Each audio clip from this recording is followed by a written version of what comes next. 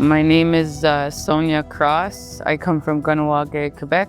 It's a little reserve outside of Montreal. I'm 41 years old. I have 4 kids and I've been on this journey now for healing and for my addictions for 15 years. The age I started coming into realizing that I needed help, I was 26. My plan was I wanted to have children, and before I had children, I wanted to make sure that I was in a good space and not to bring the things around them that I've seen growing up. When I decided to start seeking treatment, I asked for an addictions counselor through the KSCS in Kahnawake, and I had an addictions counselor who I was seeing. She brought me up the subject of going to Anak Dogo Treatment Center in Oka, where it's in Kanesatake. While I was in treatment, they took us to AA meetings. I found for myself, sitting there at the time, it was helpful to be around other people struggling with their addictions, but listening to the stories of how they got there, it wasn't what I needed. And the blue book that they use in AA wasn't what I needed. I couldn't relate to it because of being Indigenous.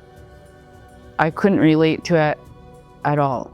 So I found a book, it's called The Red Road to Wellbriety. And it's more of a native,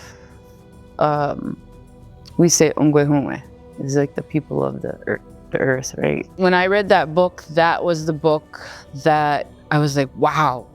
You know, they talk about we were labeled as typical drunken Indians. Some people, when they drink, well, my people, they get violent, and then holding all this trauma in, it just it shoves it down, but then it comes out at times.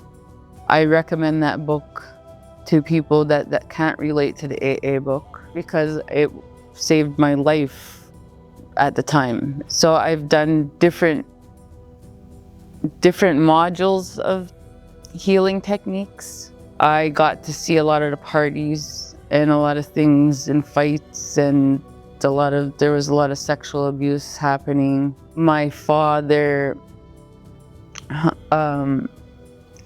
he had me being babysat by a lady whose husband, or I don't know if it was her husband or boyfriend, but he sexually assaulted me. I was 6 years old. I got sexually assaulted by my uncle who was younger than me at 21. It was socially accepted. Everybody just turned a blind eye to it. And that would come from learning it in residential schools. Everybody's got trauma from everything that happened in over time. The older generation, the boomers, I would say, the boomers, we don't talk about our stuff. We just put it away and you just go on. It's a way to escape reality. So they just worked and had no time to sit with their feelings, because sitting with your feelings takes a lot of courage, and it is draining to heal. It's draining at times to say, oh, I still have to heal some more. Once you start healing, you don't stop healing. It's hard sometimes to be around your family when they're still in active addiction, but they think, oh, well, I work, I have a house, I'm fine. But they don't realize that's a functioning addict. Some can't function. Like one of my parents, I didn't realize it till I got older, that because community is what we need. We need each other. And the opposite of addiction is connection.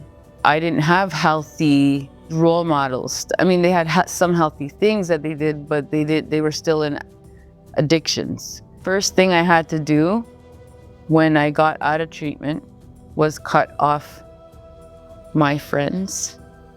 I had to stay away from family members. That was the only way, because it's like crabs in a bucket. If one tries to get out of the bucket, the other one pulls you down.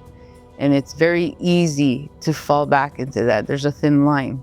Smoke one joint and you're having a psychotic episode. That's what people they don't tell you that on the labels. They don't tell you that, hey, you could smoke one joint and end up in an institution